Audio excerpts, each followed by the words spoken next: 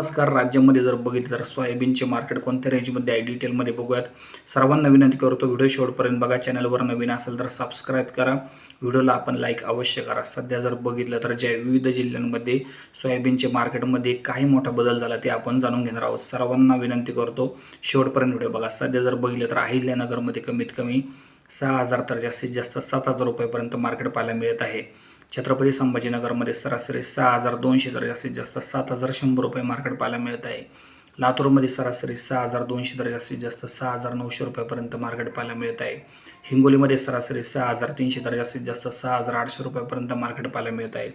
जालनामध्ये सरासरी 6,300 तर जास्तीत जास्त 6,950 रुपये मार्केट पाहायला मिळत आहे. तर अशा पद्धतीत मार्केटची रेंज आहे. मार्केटमध्ये काही मोठा बदल झाल्यास तुम्हाला माहिती दिली जाईल. मात्र सध्या जर बघितलं तर मार्केटची रेंज हीच आहे. काही बदल झाल्यास तुम्हाला कळवण्यात येईल. व्हिडिओ आवडल्यास जास्तीत जास्त लाईक करा, शेअर करा, सबस्क्राईब करा. सर्वांचे धन्यवाद.